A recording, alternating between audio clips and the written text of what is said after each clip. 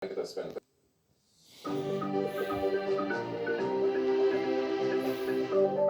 Pirmoje savaitės pusėje šaltis ženkliai švelnės, tačiau formuosis itin pavojingas lijundra.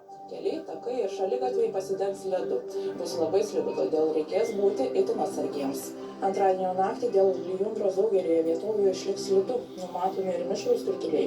Žemiausia temperatūra bus nakties pradžioje 0,5, šiauriniuose rajonuose iki 7 laipsnių šalčio. Vėliau po truputį ims kilti. Dieną taip pat su krituliais lijundra numatoma jau tik vietomis. Temperatūra pasiskirsis nuo 4 laipsnių šalčio iki 1 laipsnio šilumos. Trečiadienis irgi daug kur su krituliais, bet jau vyraus sniegas. Vietomis formuosis plikledis. Temperatūra tiek naktį, tiek ir dieną sieks 0,5, kai kur 6-7 laipsnių šalčio. Ketvirtadienį ties Skandinavijos pusiasaliu ims formuotis aukšto slėgio sūkurys. Lietuvoje orai sausės, tik kai kur truputį pasnigs. Dieną sustiprės šiaurės rytų vėjas, be to ims veržtis šaltesnis oras. Naktį bus 10-15, pietiniuose rajonuose kai kur 6-9, dieną 8-13, vietomis 5-7 laipsniai šalčio.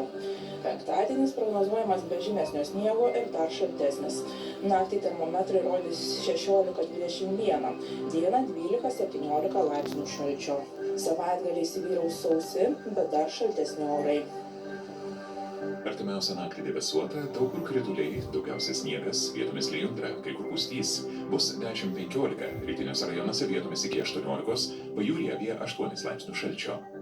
Rytoj dieną debesuota, daug kur krituliai, daugiausia šlapdriba, šiaurės Lietuvoje sniegas, daug kur lijundra, vietomis pustys. Bus nuo 0 iki 5, šiauriniuose rajonuose kai kur iki 7 laipsnių šalčio.